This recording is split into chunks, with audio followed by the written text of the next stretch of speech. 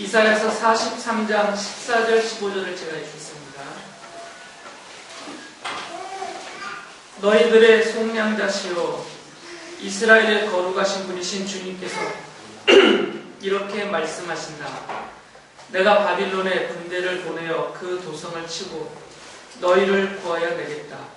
성문 빗장을 다 부숴버릴 터이니 바빌로니아 사람의 아우성이 통곡으로 바뀔 것이다. 나는 주 너희의 거룩한 하나님이며 이스라엘의 창조자여 너희의 왕이다.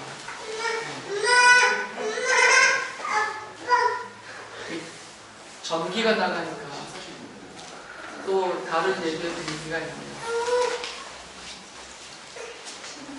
그래도 저도 여러분 얼굴 보이니까 눈 감고 듣지 마시고 딴짓하지 마시고 특히 학생들 대신에 설교를 좀 짧게 할 수밖에 없거든요.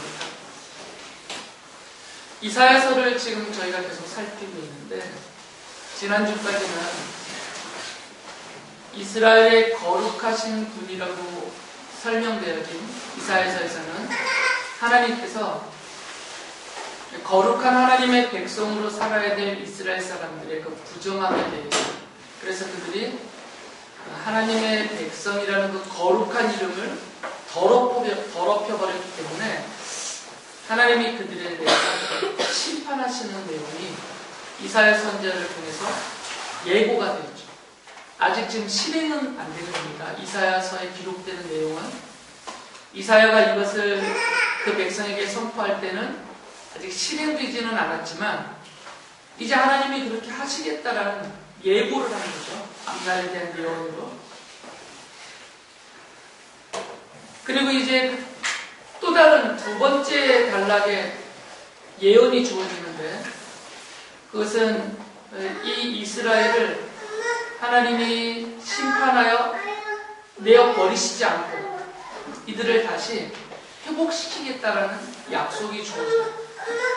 그러니까 이것도 지금 예언으로 주어지는 예고이죠.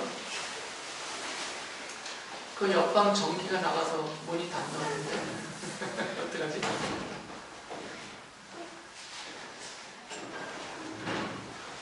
그러니까 이사야서의 구조는 하나님이 어떤 분이신지를 먼저 설명을 해주고요.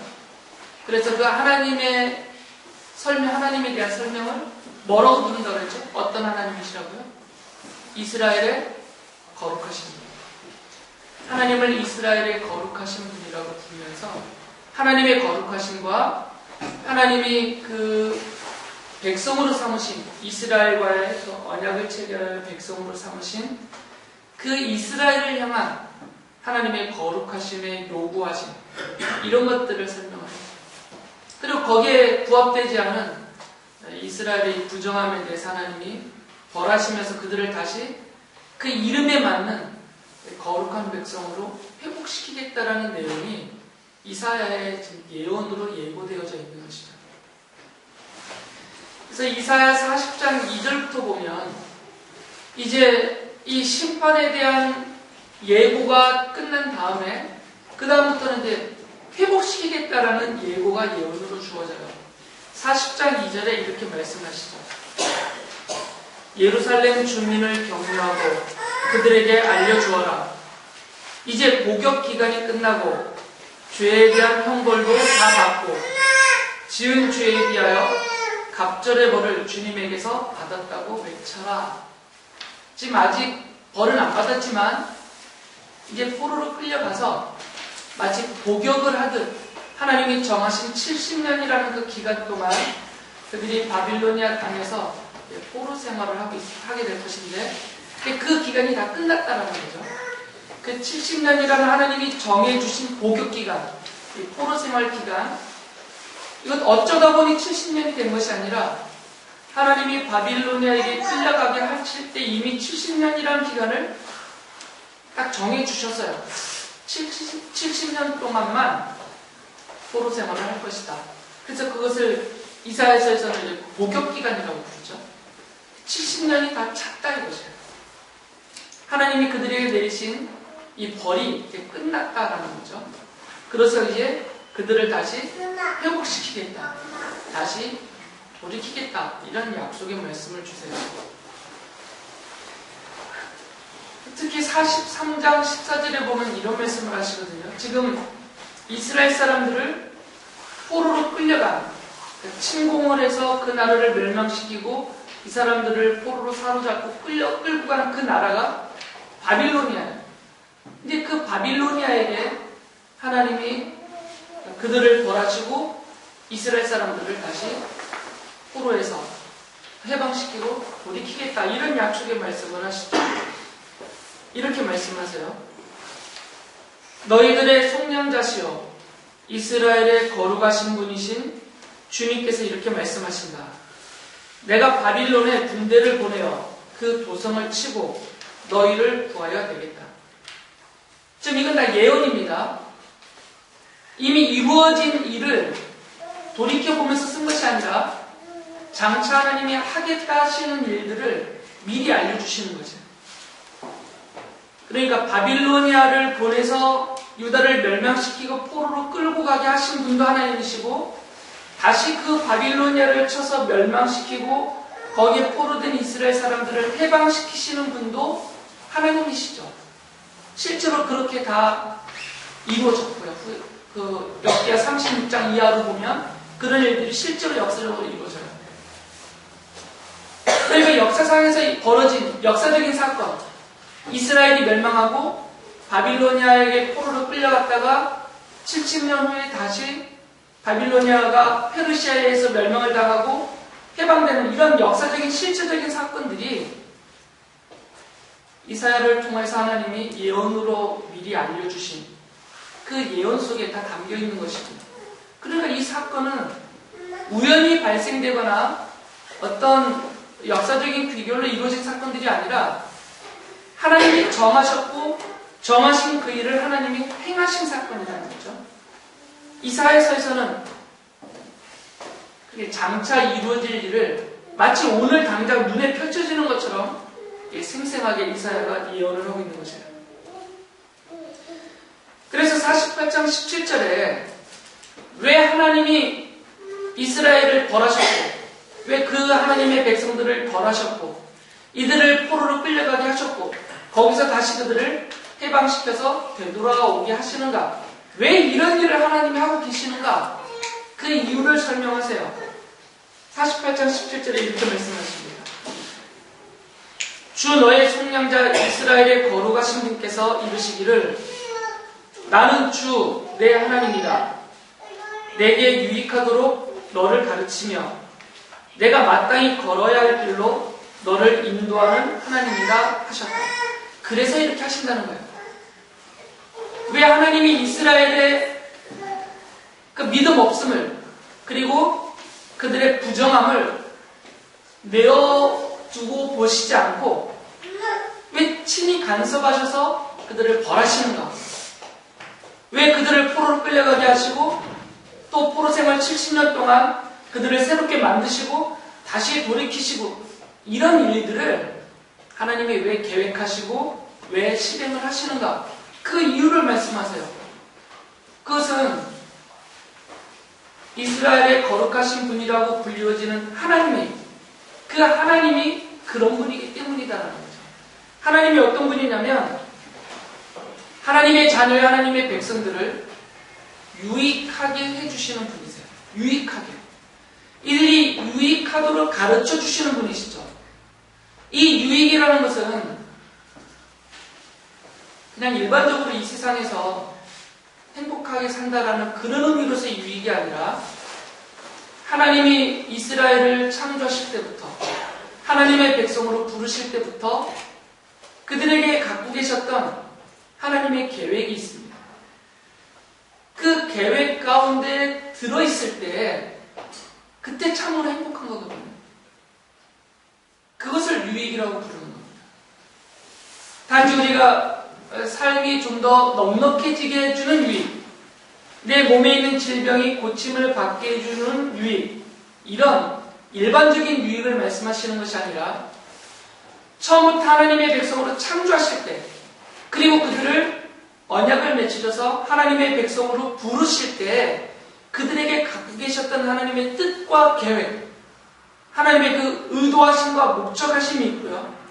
그 안에 하나님의 백성으로서의 정체성과 그들이 누리게 될 행복이 다 담겨 있었단 말이죠. 그것을 유익이라고 부르는 거죠. 그러니까 그 유익, 그 하나님의 백성으로서의 행복을 누리는 상태가 되도록 가르치시는 하나님이라는 거죠.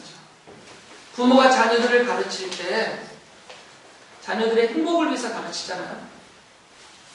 나 편하겠다고 가르치지는 않습니다. 만약에 심연희 집사님이 수빈이한테 밥하는 것을 가르친다면 얘 밥하는 거 가르쳐서 얘 부려먹으려고 나는 놀겠다, 이제 네가 해라 이런 목적으로 가르치지 않잖아요. 시집가서 소박 안 맞으려고. 수빈이의 유익을 위해서 가르치는 거잖아요. 그러니까 부모가 자녀를 가르칠 때는 부모 개인의 사리사욕을 채우기 위해서 가르치는 것이 아니라 자녀들의 유익, 자녀들의 행복을 위해서 가르친단 말이죠. 하나님도 다시 말해요. 루아도 좋아요. 네, 불을 켜주세요. 오, 좋았어요. 다 켜지. 컴퓨터도 켜고.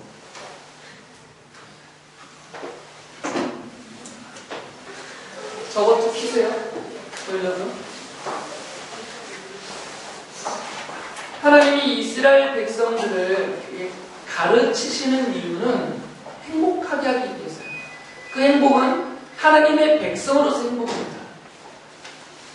물론 이 하나님의 백성으로서의 행복이라는 것이 이 세상에서 우리가 누리는 일반적인 행복은 전혀 아니고 그런 의미가 아니죠. 이게 내포되어져 있잖아요. 참된 행복이라는 것은 이 세상에서도 얼마간의 누림이 있어야 되잖아요. 그것까지 다 내포가 되어져 있습니다. 그 행복을 위해서 가르치신다는 거죠. 그 가르치시는 방법 중에 하나가 뭐냐면 하나님이 선지자들을 보내셔서 말씀으로 가르치시죠. 그들에게 율법, 성경을 주시고 말씀으로 가르치세요. 그래서 말씀을 배우게 하고 듣게 하고 암송하게 하고 생각하게 하고 마음에 품게 하고 그것을 따라 지키게 하시죠. 그런데 잘 안 들으면 말씀으로 가르치시는데 잘 안 들으면 그다음부터는 좀 정신을 차리게 만드셔야 되잖아요. 그래서 경고를 하시죠. 우리 부모님들이 자녀들에게 경고하잖아요. 만약에 이렇게 하지 않으면 어떻게 하겠다는 경고를 하잖아요. 그래서 하나님께서도 경고를 하세요. 종들을 보내셔서 그들에게 임하게 될 하나님의 형벌, 그 형벌에 대해서 경고를 하십니다. 선지자들의 글은 대부분 이런 경고를 담고 있어요. 고백거?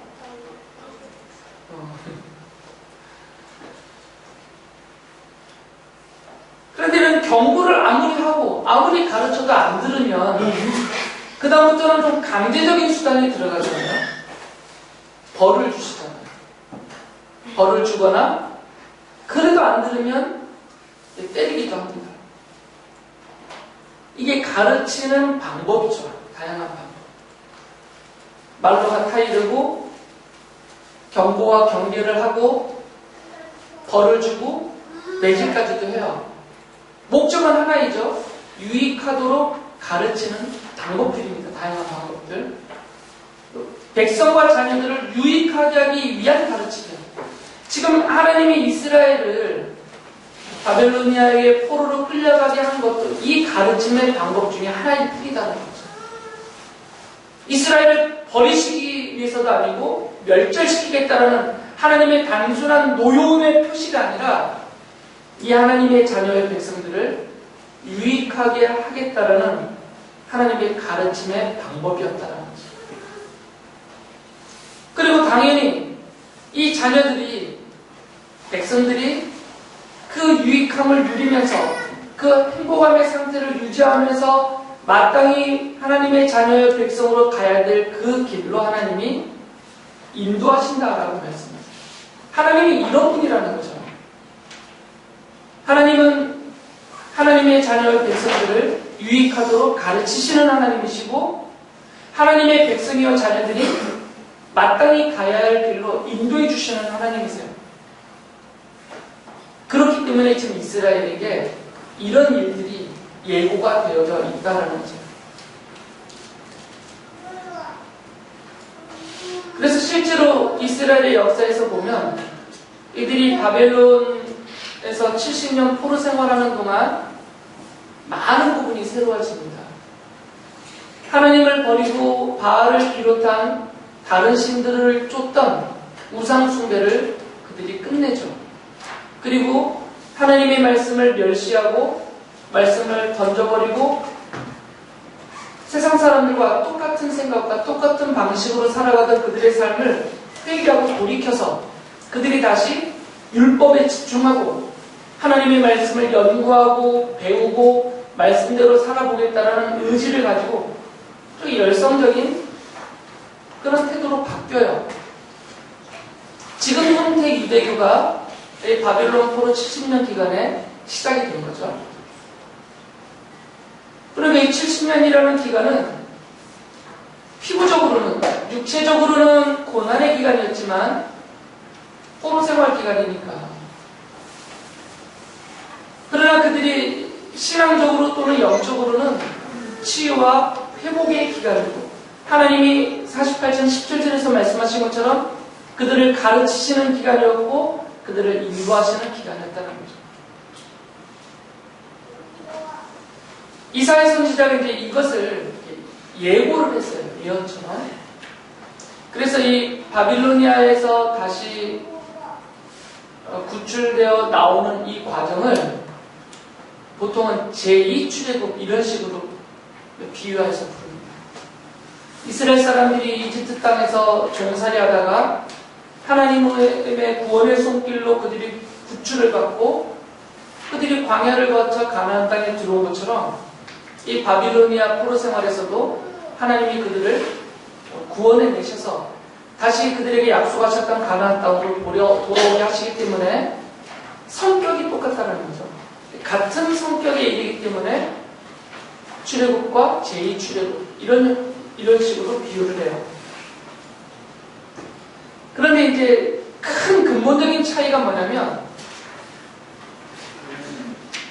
바빌로니아 땅에서 이들이 구출을 받고 예루살렘으로 돌아올 때 단순하게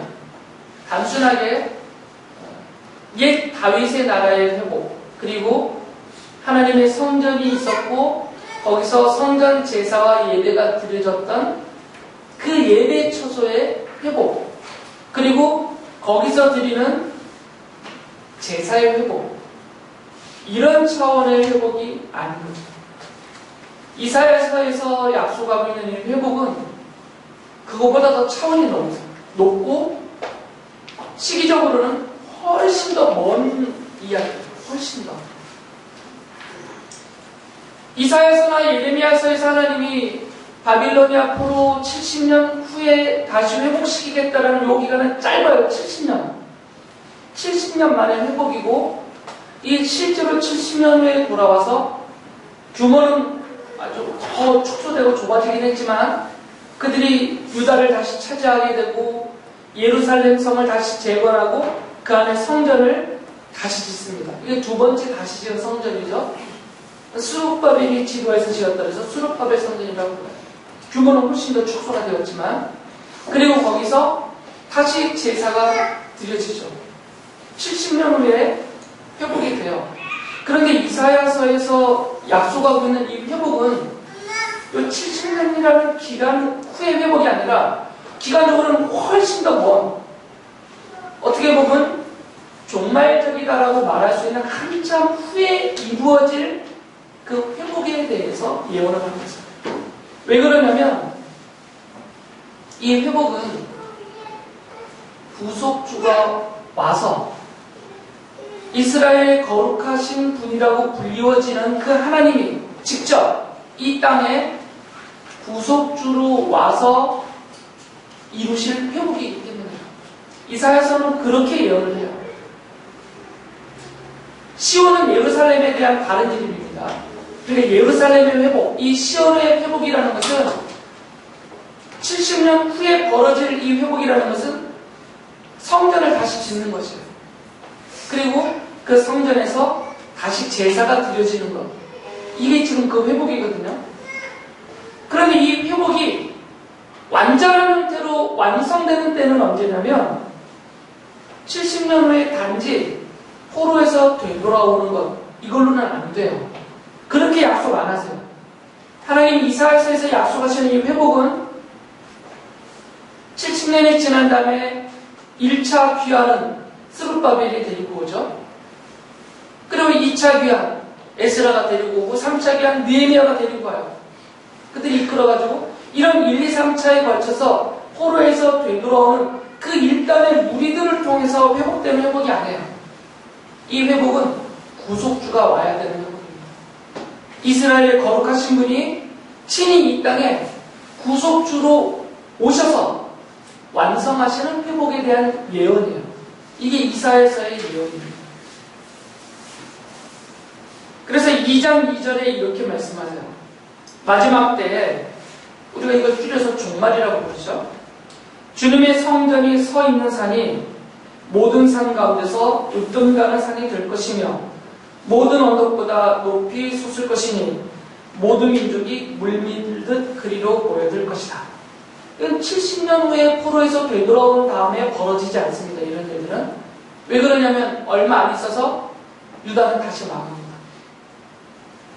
그리고 아예 완전히 망해버리죠.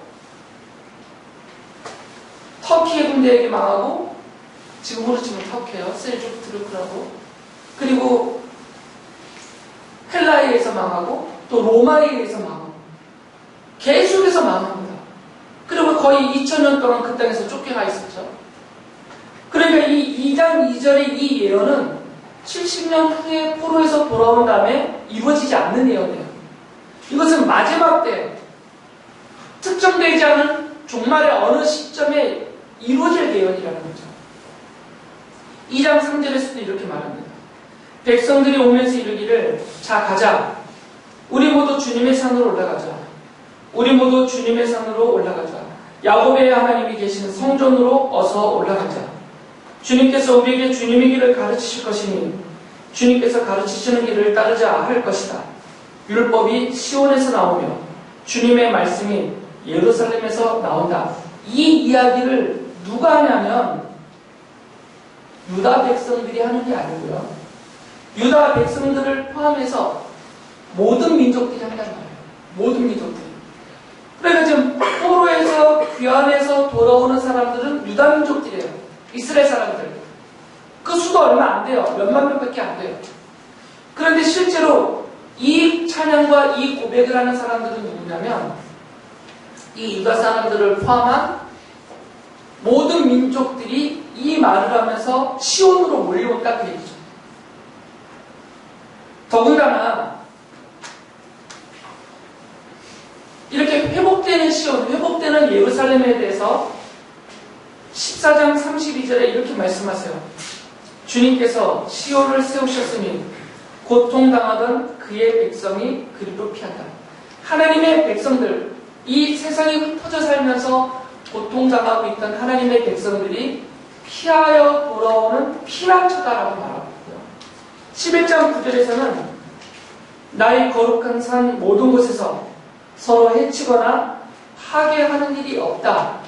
그러니까 지금 하나님이 회복시키는 이 시온산, 이 예루살렘, 이곳은 이제 이후로는 해치거나 파괴하는 일이 없는 완전한 안식처가 될 것이다 라고 말씀하세요. 그러면서 그 11장 바로 위에 6절부터 8절까지 이 완전한 안식처의 상태, 장차 이루어질 상태에 대해서 이렇게 쭉 설명해 주십니다.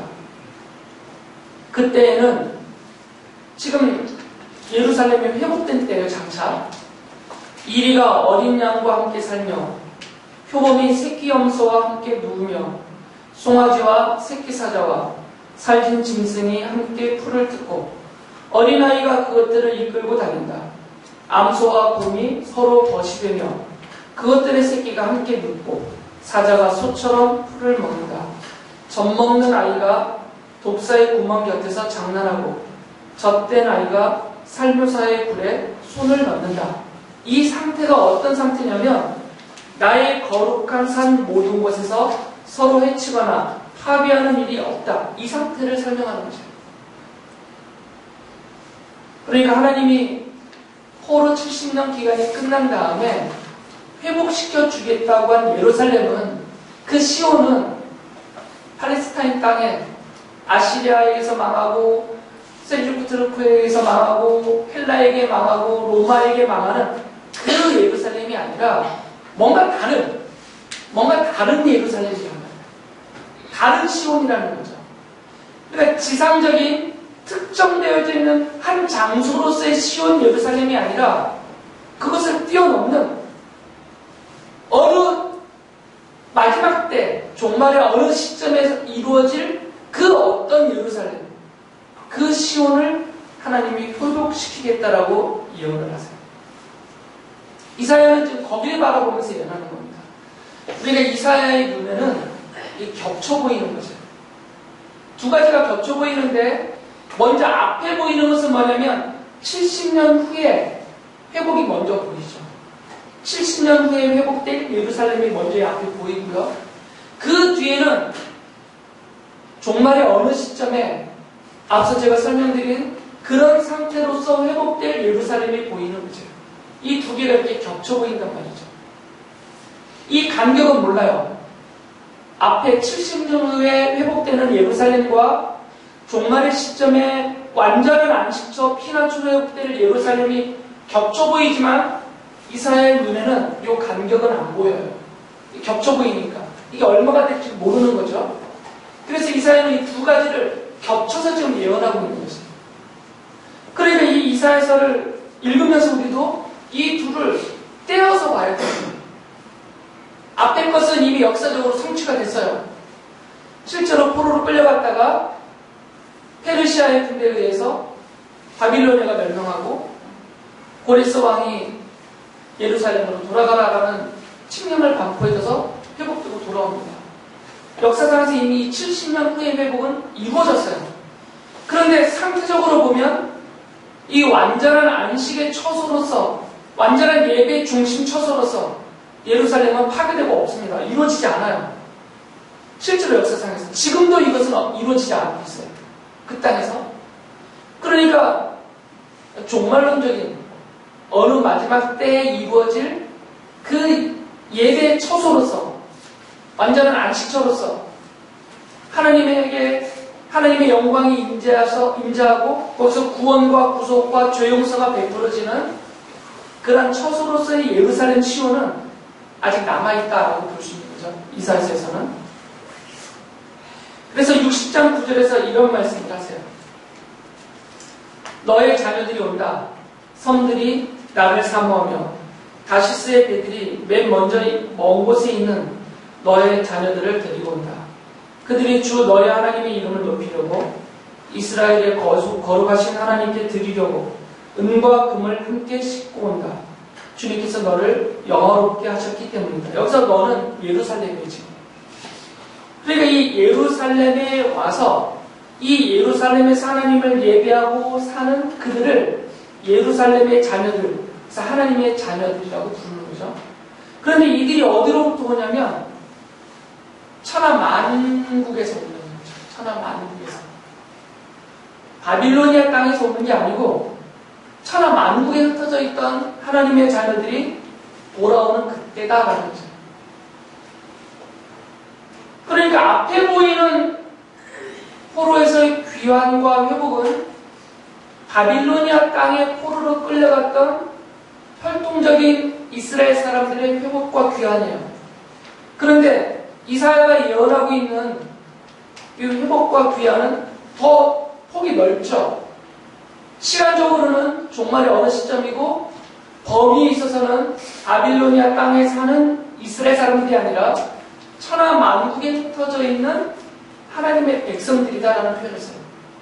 그 어느 시점에 천하만국에 흩어져 있는 하나님의 백성들이 다 모여서 함께 하나님을 예배하고 하나님이 베푸시는 구원을 그들이 누리게 될 것이다. 그때가 온다라는 지금 예언을 하고 있는 것입니다.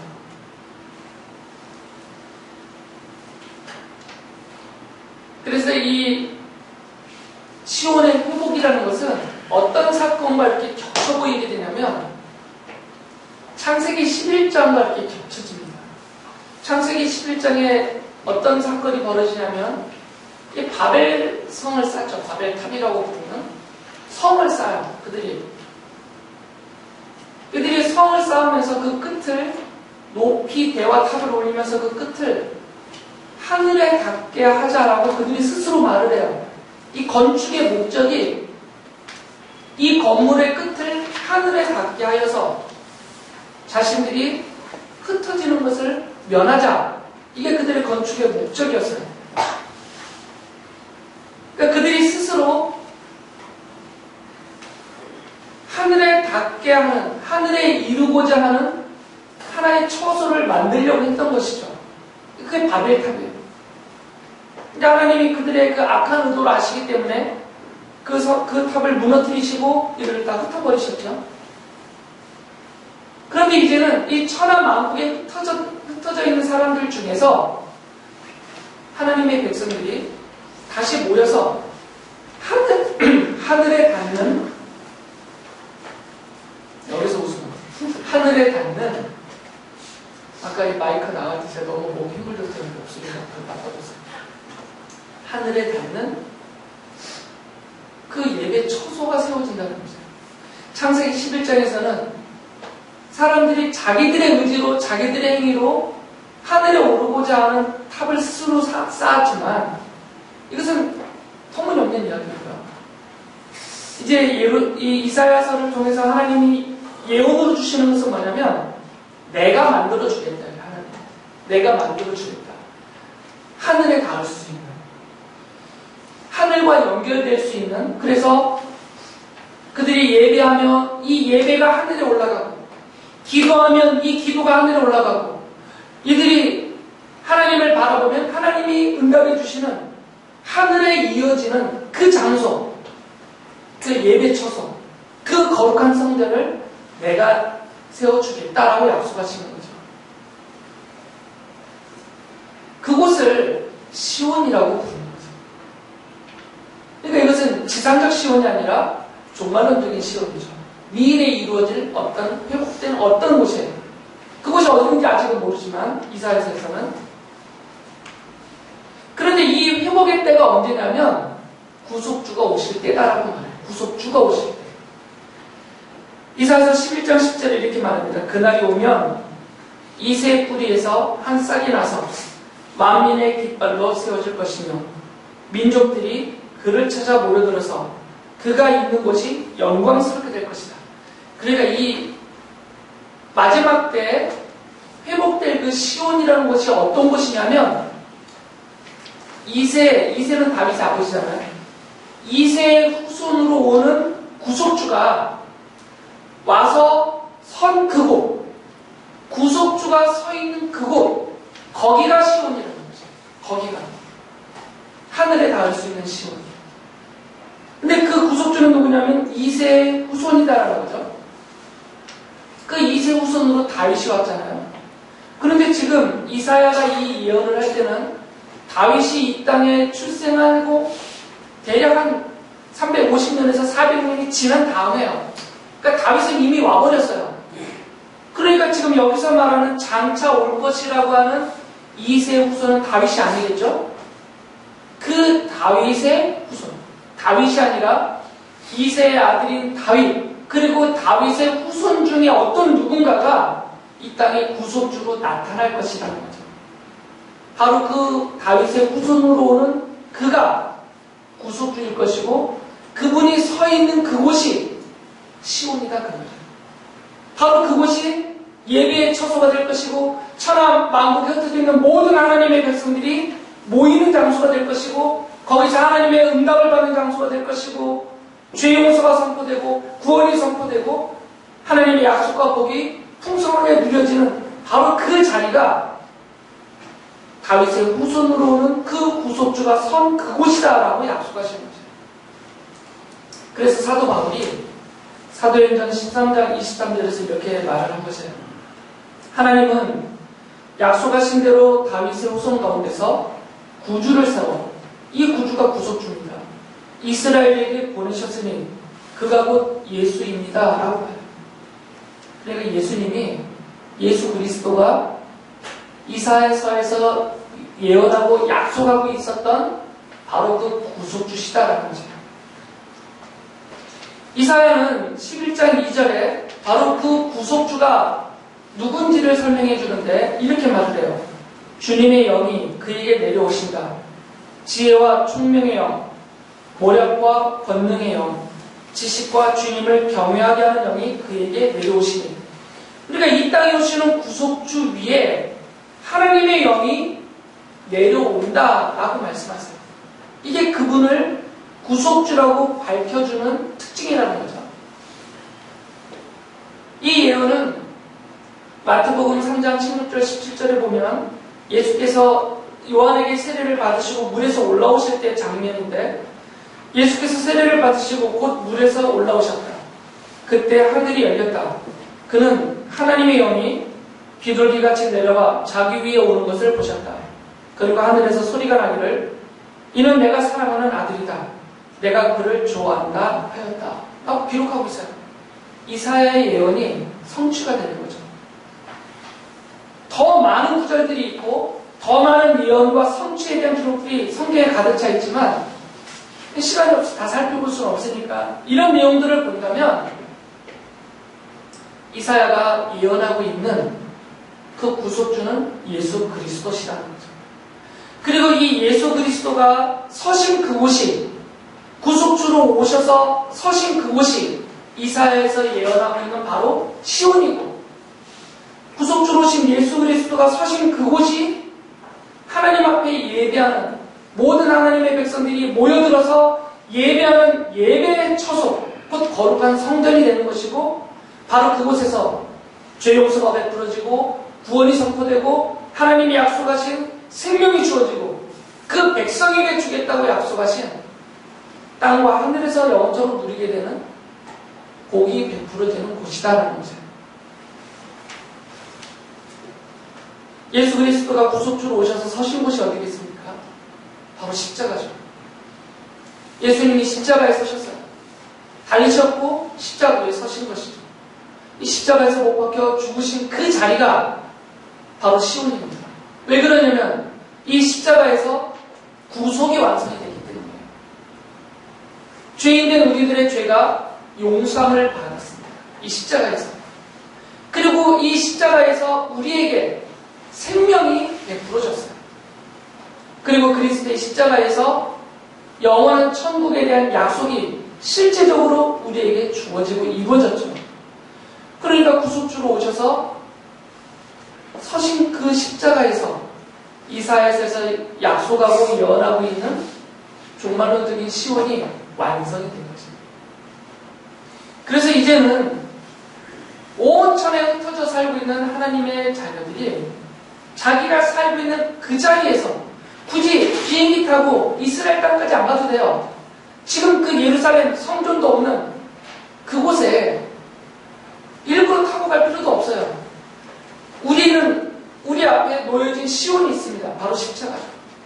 예수님의 십자가 앞에 믿음으로 우리가 무릎을 꿇으면 그 자리가 바로 시온이에요. 바로 그 자리가 구원이 베풀어지는 자리고 죄 용서가 베풀어지는 자리고 생명이 주어지는 자리고 기도가 응답을 받는 자리이고 치유와 회복이 이루어지는 자리고 하나님의 약속이 성취되는 자리입니다. 성전의 기능이 그것입니다.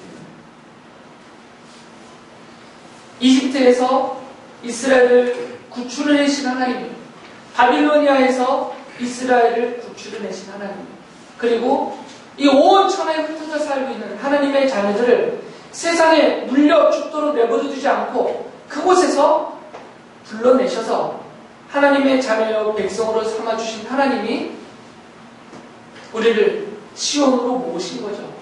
주님의 십자가 앞에 모으셨습니다. 그리고 48장 10절에서 말씀하신 대로 우리의 유익을 위해서 지금도 우리를 가르치고 계시고, 우리의 유익과 우리의 행복을 위해서 지금도 우리를 마땅히 나가야 할 길로 인도해 주고 계십니다. 그 길은 천국을 향하여 가는 생명의 길입니다. 그 길은 거룩한 하나님의 백성에게 원하시는 거룩한 생명의 길.